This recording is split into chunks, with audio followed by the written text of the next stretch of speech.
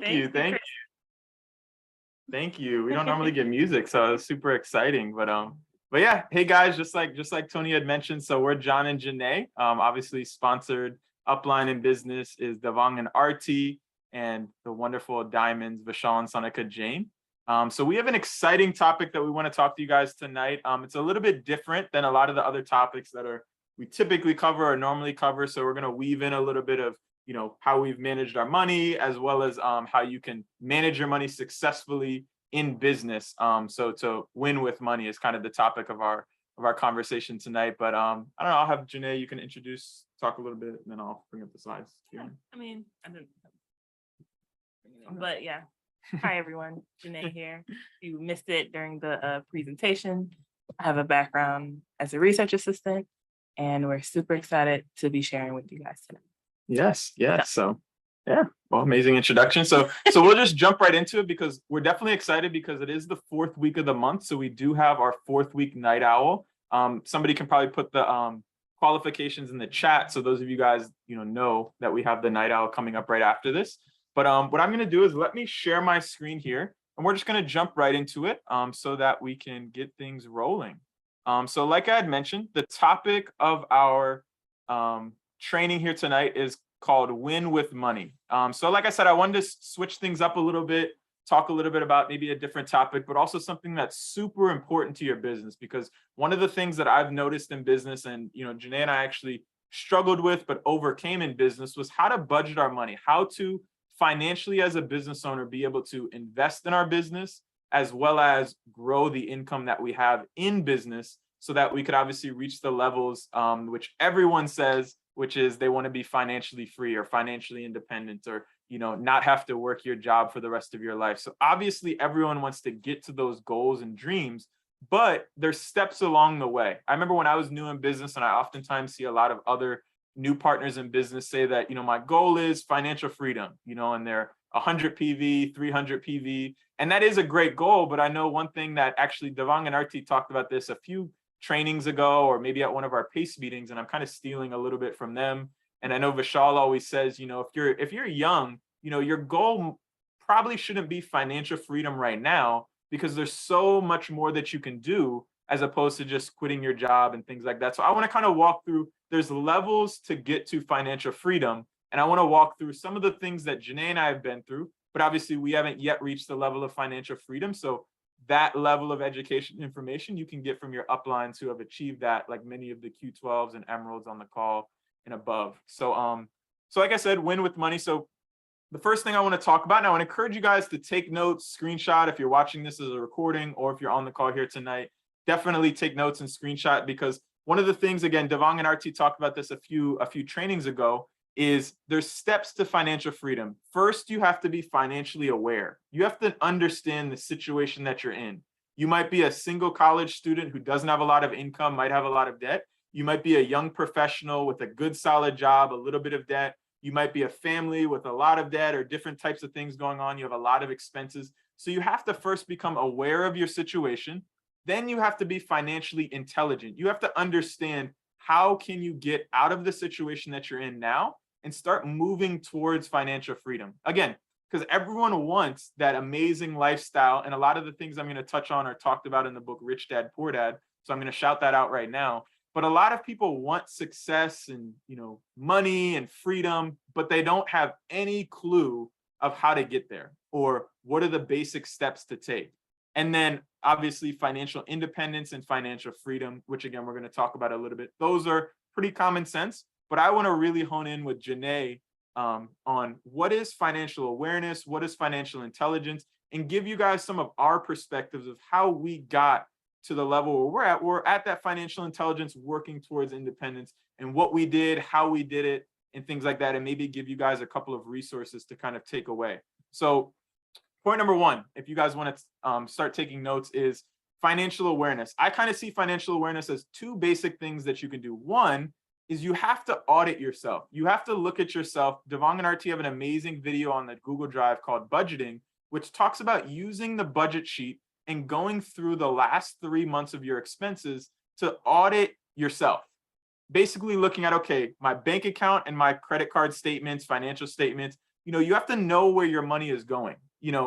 Either before you got into this business or once you're in this business, you have to understand, okay, when I have money coming in, where is it going? If you're in the negative every single month, if you're losing money or you're going into more debt, why?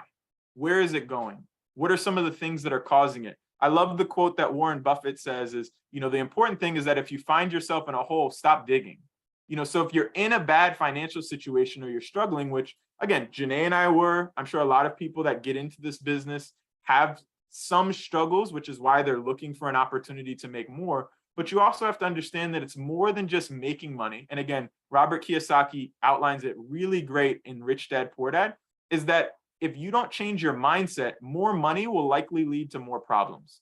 Because if you're struggling now with the small amount of money that, Janae and I were making or other people are making, when you start making 6 or 7 figures at, whatever level, that you achieve, you're going to have, problems at that level. Because if you can't control your money now, you're going to have bigger problems later on. So understanding where you're at and where your money is going and realizing that you want to stop digging.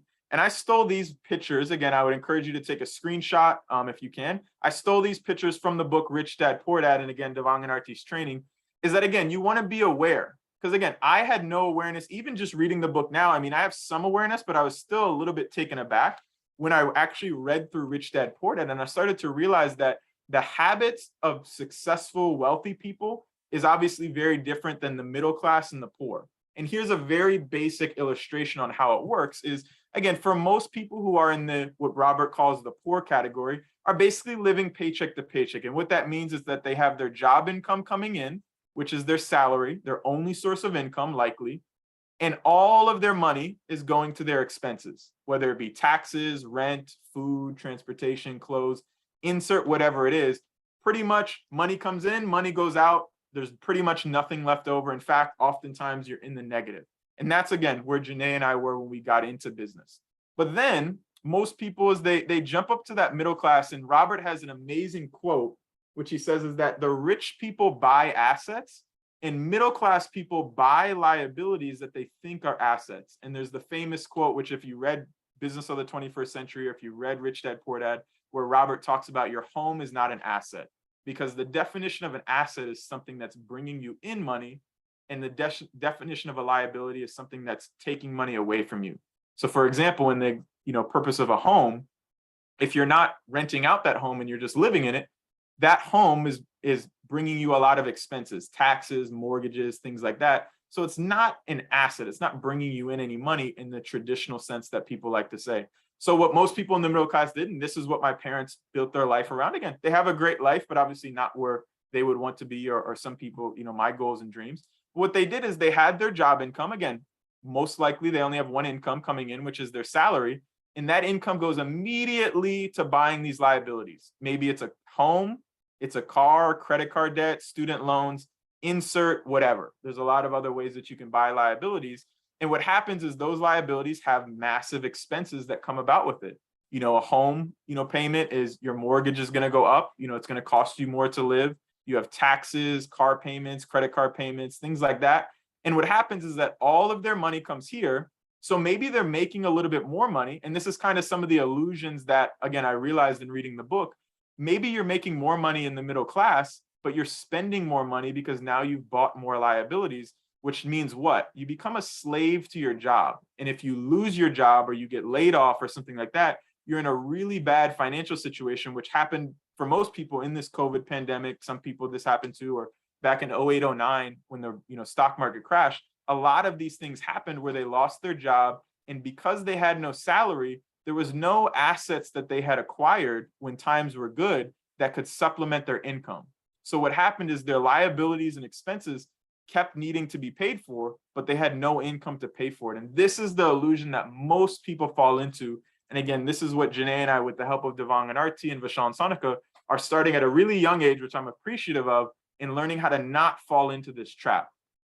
And then obviously the rich, what Robert describes is this describes like once you're rich, but in the beginning, you have to fund your assets. But once you build up your assets, which in this case is our Amway BWW business, your assets will eventually start to bring in your income. And this is where, Vishal and Sanakar, Nandan and Sangeeta, all the emeralds, who are, are financially free, or at least one of the people in the couple are financially free, is they have assets that can now generate them income, and this income can pay for all their liabilities and expenses, which means now they're no longer dependent on the job that they're working or just that one source of income. And they now have flexibilities, and they realize that if they live below their means and focus on buying and building their own assets, that in the long run, they're going to have a lot more choices in life, which again, being financially free, giving to charities, doing a lot of different things.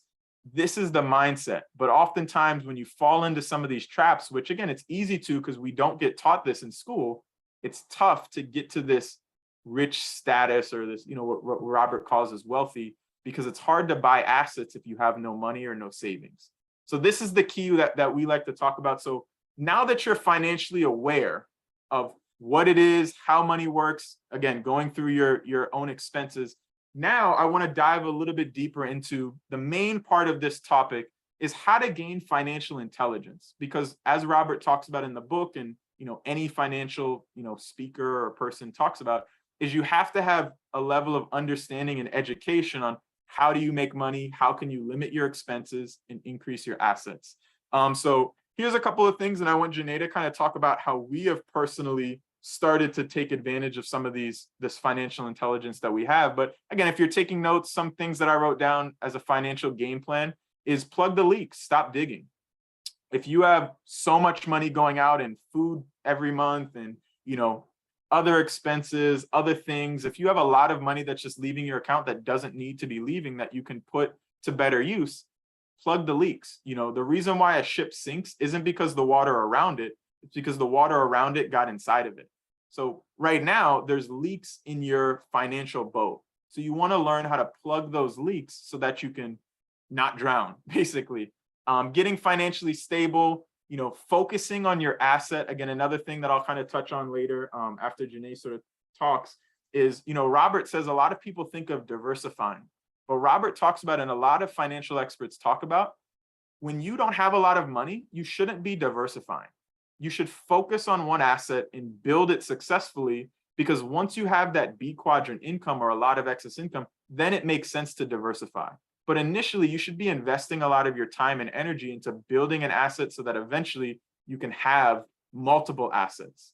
So doing a lot too early can sometimes be a hindrance. But I want Janae to talk about a little bit, is how did you, and then I can give my perspective, like what were some of the things that you did that got you financially stable? Because for those of you guys on the call, when Janae launched in business, like she mentioned, she was working part-time. You had a lot of debt from student loans. You were trying to figure out how to get like a business building job and make extra income. So like, what were some of the things that you did when you launched into business to, get a business building job, make a little bit of extra money? Because I'm sure there's a lot of people on the call who might have a few extra hours in their week, or might be struggling, but they don't necessarily know what to do. So what did you do? Yeah. So first and foremost, I had to understand the reason why I wanted to even be financially stable, or have better finances, or understand this opportunity in a way that, okay, it makes sense to start paying attention to my finances, because I obviously wasn't doing that. I was following behind the people that I knew, and of course, being around the people in this environment, I started to pick up on things. And so the first thing I started to do was look at where my money was going, right? So he was talking about, John was talking about the budget sheet. Look at where my money is leaving. And I didn't have much of it. So why am I not having, where's my money going, basically? And so I would first, in my subscriptions, like any subscription that I had, whether that was Apple Music or Netflix, or just any subscription that you have that really you don't really need, it's not going to benefit you in business. You don't really need it, especially if you don't have the money to really to supply it, and also have some left over. So I did that. At the time, I was working part-time, but I also was doing Uber Eats. I was doing this thing called Shipped, where I would like buy groceries for people and deliver it to them. And I was doing that heavily so that I can make more income because the part-time job was only like 3 days out of the week on a weekend, and it wasn't doing much for me. Like I said, I had just got out of college, so I had a ton of student loan debt. And so, and during the time of working part-time, I was thinking of, okay, how can I make more money and also be able to build the business in the evenings and on the weekends? Well, I needed a full-time job. And so I was heavily looking for that. So using my degree, using my experience, I was able to find a good part-time or full-time job. And yeah, and save. I was able to save. And thankfully I had John to help me with saving, and in his mindset, helped me with my mindset on how to save, because in college it was always negative. So thankful for that. But that's a lot of the things that I did. Plugging the leaks, which was the subscriptions. And also I was a very impulse buyer. Still kind of working on it a little bit, but for the most part, I was like stopping that, like not buying everything that I saw and wanted at the time. Like, oh, this looks good, let me get it. Like, I didn't need to do that because I knew that I needed my money to supply my business. And so that was kind of the mindset shift that I was starting to have.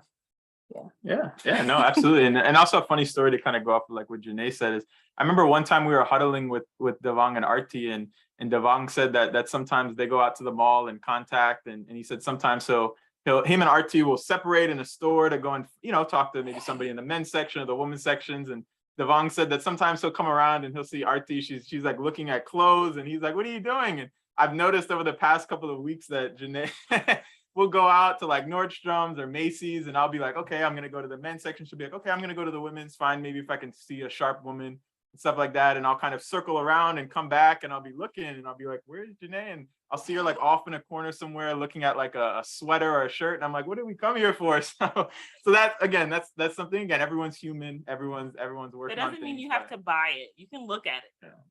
But see it, look at it. Sometimes do be behind. Okay, we don't have to talk about it. But yeah, so that was just a funny side story. But yeah, like Janae said, plugging the leaks. Again, one thing I'd recommend is at this stage is fill out the budget sheet for your future months. Now that you've looked at your expenses of the last couple of months, now look and say, okay, what do I want to change in the future? What can I stop spending on, and how can I focus it on my asset?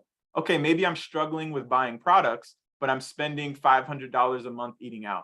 Okay, can I lower my eating out budget to $200 and put that $300 and put a 100 PV first day deal? That might be a way to do about it. Or maybe you're struggling with buying a conference ticket or a BBS ticket.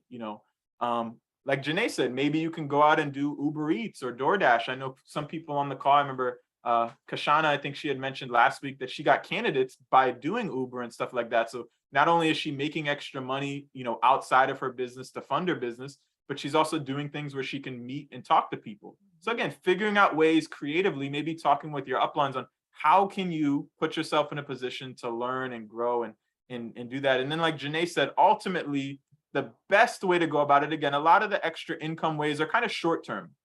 They're probably not going to be a long-term solution forever. But maybe what you want to do, and again, counsel with your upline, is like Janae said, is find a business building job Monday through Friday, 9 to 5.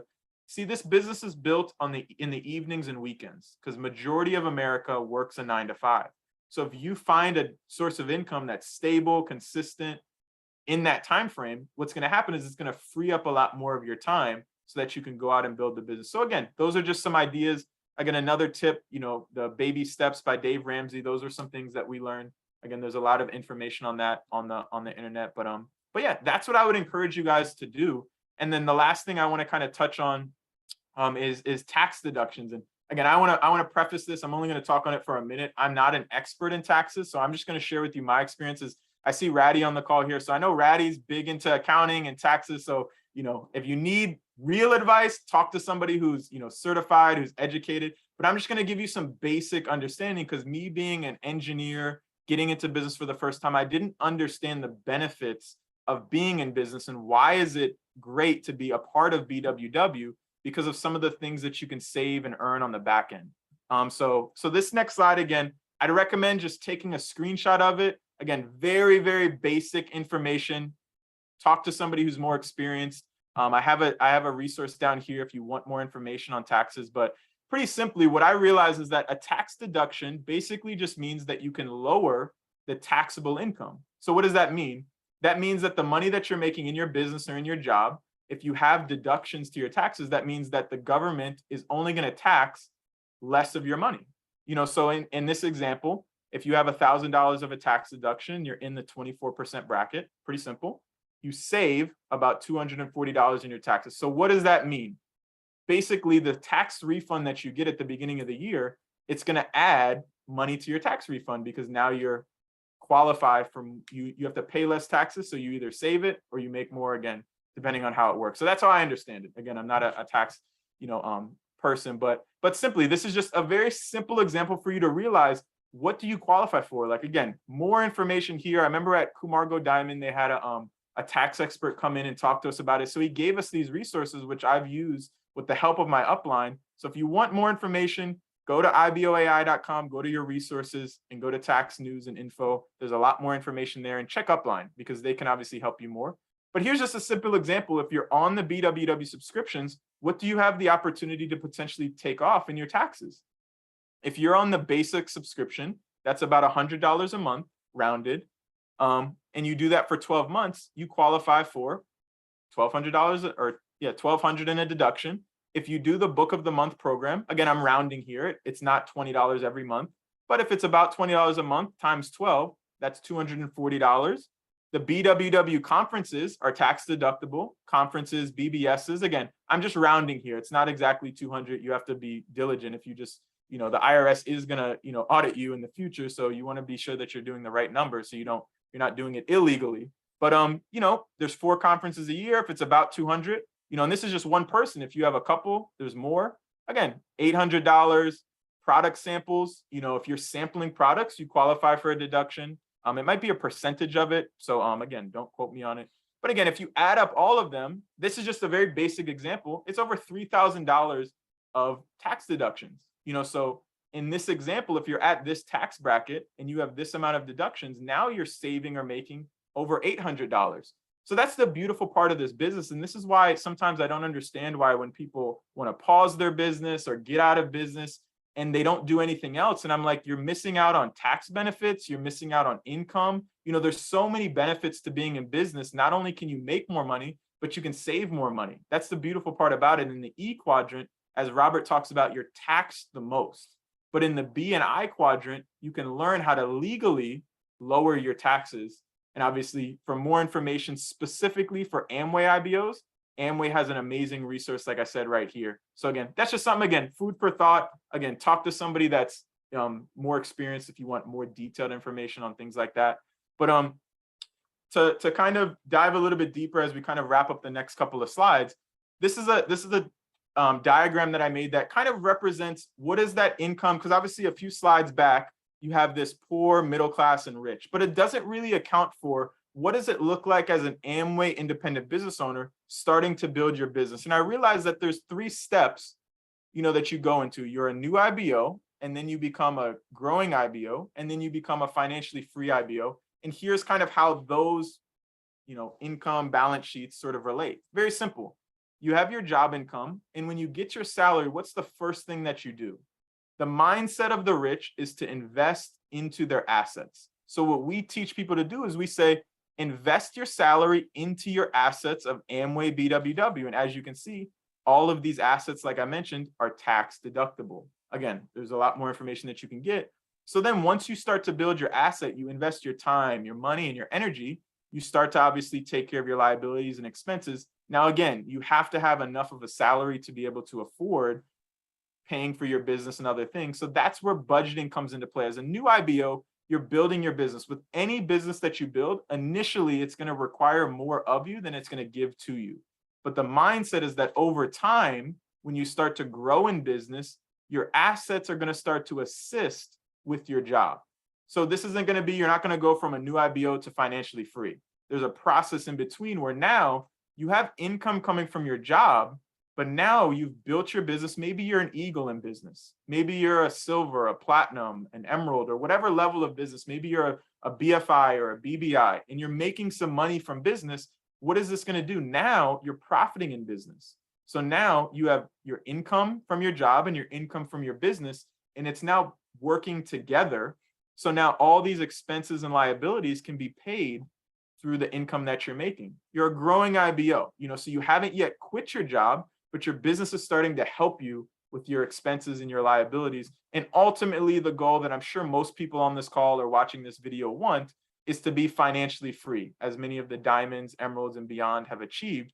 So that income sheet looks exactly like the rich income sheet, I guess, is obviously your BWW and Amway business are funding your entire lifestyle. Your income is way beyond your expenses. You're able to, obviously buy the things that you want. But the key is that your assets are funding your lifestyle. It's not your job. Because if you fall into the trap of your job funding, like what Robert talks about in the book, is that when you get a raise, you buy a bigger house, or you do something more, or you buy a better car. What happens is you're using the money that you have and you're putting it straight into liabilities that aren't going to generate you money, which again, that's what the middle class fall into. So what Devang and RT, Vishal and Sonika taught us to do, and a lot of these books educated us to do, was first take your money and put it into your assets and have that. Again, it might take 6 months, it might take a year, it might take 2 years.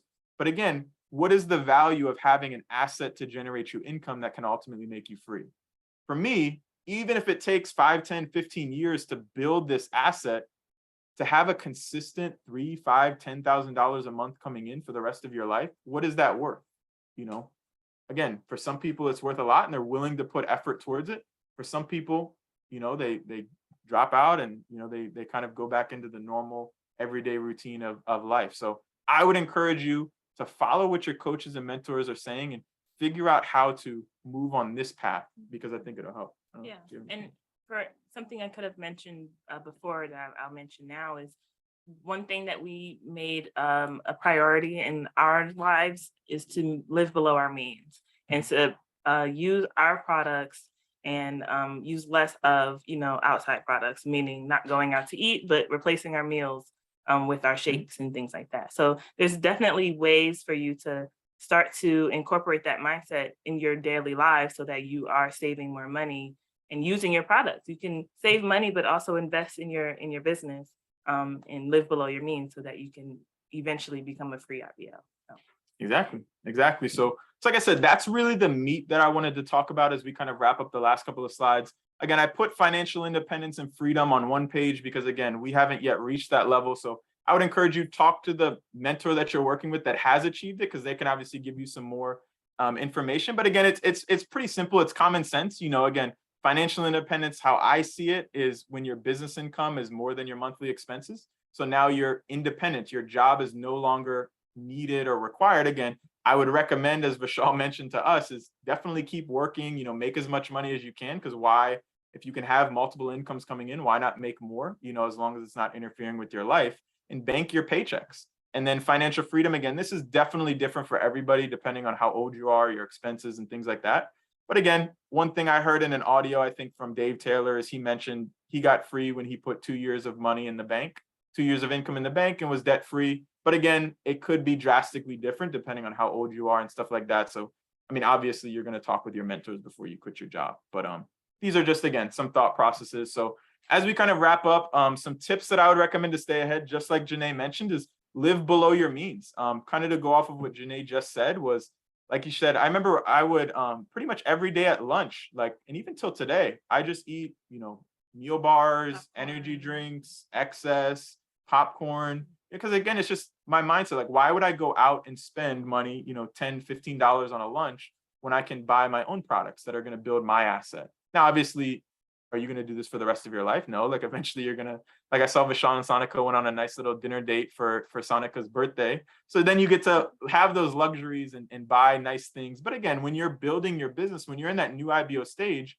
you might have to sacrifice some things. You might not be able to do everything that you want. But again, it's just common sense. If you build your assets, eventually your assets going to allow you to, like Devang and RT, I think for their anniversary or something like that, a year or two ago, they went to Las Vegas. They had a family vacation and things like that. So you start to be able to qualify for other things that you can do because you now have the money put aside to do it. But you have to start off smart so that you can qualify for those things down the road. Again, another thing I would mention is avoiding distractions.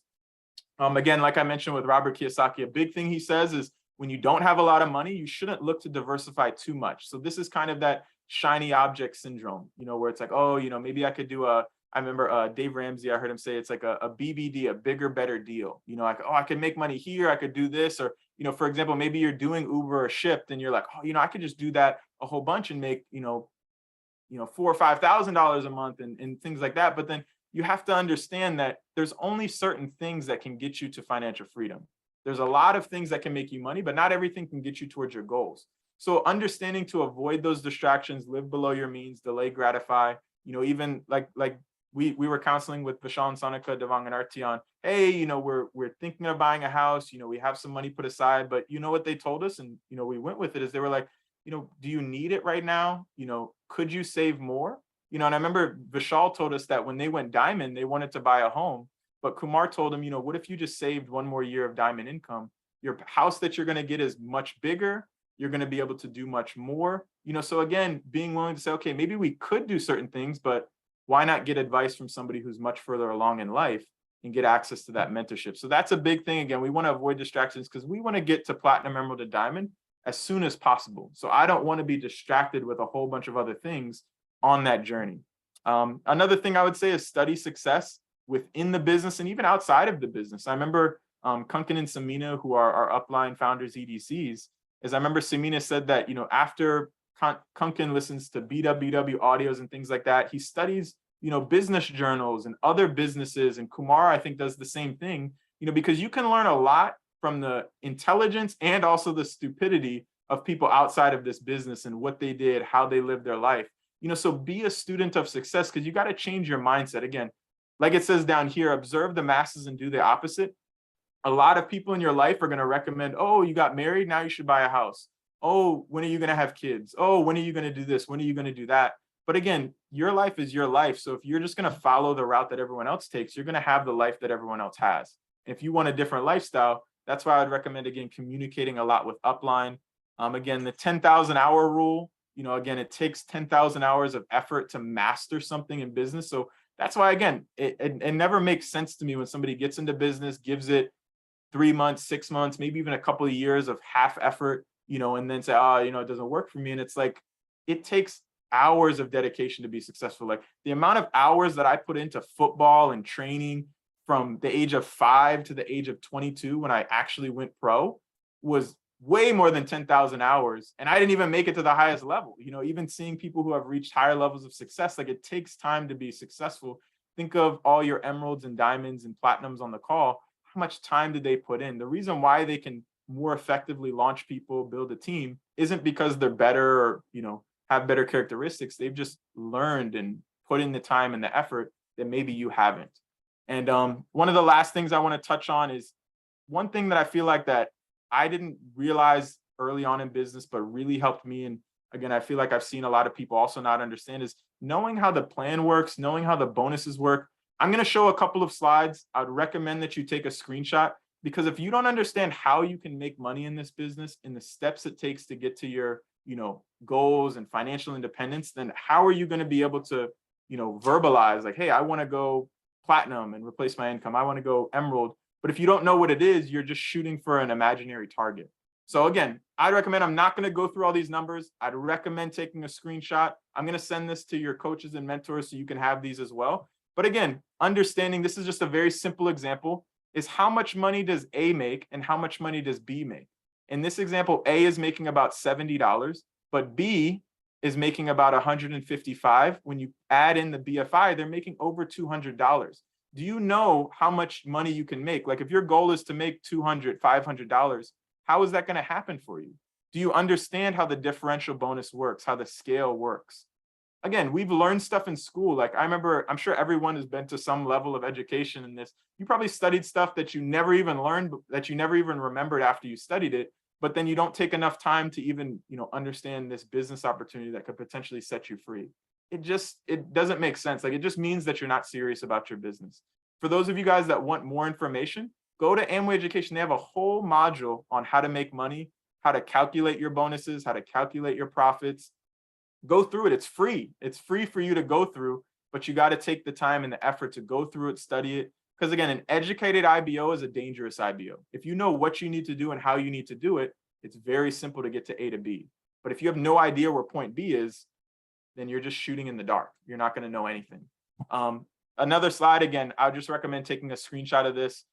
This was given out by Amway a year or two ago. The average income when you're at the Q12 platinum level, if you hit 7,500 PV, these are actual numbers that people were making. It's about $50,000 to $60,000. So when you think about it, what does that mean? If you get to 7,500 PV and you can build it solid, that means that about $4,000 to $5,000 a month is going to be coming in month after month after month if you do it right the way BWW teaches. So then you can start to look at it. What's your expenses every month? How much does it cost for you to live your life? Is that meeting your expenses? Is that less than it? Is that over it? It gets you to start thinking. And then also Ruby. Again, these are kind of the next levels that Janae and I are shooting for. All of you guys on the call, these are the levels you should be shooting for prior to Emerald and Diamond. That's 15,000 PV for 12 months. The average income is over $100,000. So what does that mean practically? It's about 8,000 to 10,000 a month, depending on the structure of your business. What does that mean for you? Would you be replacing your expenses? Would that be more than your job income?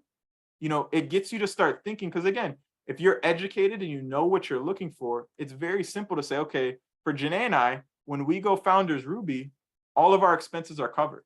So that would be financial independence. Now, would we quit our jobs? No. But there's a lot of people who have at that level because maybe other circumstances. So it gets you to be, you got to be like realistic. Like, what is it going to take for you to achieve your goal? And go out and search for that information. So this is the last slide that I'd recommend. So if this made sense for you, if you're clicking and you're like, man, like I want to change my, budget, I want to figure out how to like lower my expenses, increase my income, become a growing IBO, here's what I would recommend for you to do. It's just these simple 4 steps. I would recommend going through your budget sheet, like I mentioned, fill out the past 3 months and look at it. Where is the money going and what can you stop? And then, like I said, I would make a budget for your future. What can you change so that you can fund your business, fund your asset, and also fund your savings? Put a little bit of money away, and definitely review this with your upline, because this is, again, you don't want to, what do they say? If you counsel yourself, you have a fool for a counselor. You have to have a mentor who can look over your expenses. Again, like we kind of talked about, identify all your fixed and variable expenses. Here's the budget sheet. Again, I kind of just put this together with the timesheet and the budget sheet. So again, I would ask the person who you shared this video with you or your upline, I know Vishal and Sonika have this budget sheet. I'm going to send it to them. So if you want this, you can have it. But, go through how much money did you make in those months? How much expenses left? Again, if these expenses are different from the ones you have, obviously you can just change them out. What were the variable expenses? Again, the one thing that I've noticed for everybody is that your eating out is going to be way higher than you thought it was. And this is where it's going to be super easy to reduce so that you can start to fund your business. And it's going to show you, they're all equations. They're already put in. You don't have to know any of this. It'll basically just show you how much income do you have, how much expenses came out, what's your cash flow? Are you positive, negative? And obviously, if you do this for 3 months, that's why we would recommend to do it for 3 months, because 1 month, sometimes it doesn't show, like a snapshot doesn't exactly show you what it, like the real, maybe you bought something expensive that month, which made it, negative, or you got a lot of money randomly that month, so it sometimes doesn't give an accurate depiction. So do it for 3 months, 6 months, a year. You can do it as however back you want, and then make a financial game plan moving forward and say, okay, where can I take money out of? And start to set goals. Okay, how much should I spend on groceries every month? How much should I spend on eating out? These fixed expenses probably won't change because you can't really change your rent or your mortgage unless you move. But these variable expenses, you can lower them. You can choose to not eat out, as much as you used to, and put money into your Amway Ditto and your subscriptions and your, conferences and things like that. So just be smart. And then, like we said, if you, obviously you can learn how to make other money, but just be educated, so find all the fixed expenses, lower them, learn how to invest into your assets, your business, your savings, your subscriptions, your conferences, because again, it just makes common sense. And then lastly, I would recommend to reach out to the person who's your coach, who shared this video with you, and huddle with them, meet with them as soon as possible to go through this, these ideas. Like maybe you need a better job. Maybe you're making not enough money to fund your business and you need to look for a business building job, or you need to do a little bit of side hustles on the side that don't interfere with your business, but add money to your, monthly expenses, like Janae was saying, so you can save a little bit more, shoot for your higher goals again, because two minds are better than one. So that's all we had to share tonight. I hope that added a little bit of value for you guys, because that's some of the things that Janae and I have learned to get out of debt, to put money away, to put ourselves in a position to, one day, very, very soon, be financially free in our 20s. And that's what we're looking to do. And I hope that you guys can take this information and apply it. Again, we didn't go too deep into any one area, but I hope it planted a seed that you guys can go and learn about. Learn about how you can make money on your, reduce your taxes. Learn about how you can increase your income. Learn about what business pin is going to lead to your financial freedom. Understand those things, because again, like I said, an educated IBO is a dangerous IBO. So with that, I hope Janae and I added some value, like I said, and I'm going to pass it back over to Tony to wrap up the meeting. Thank you, guys.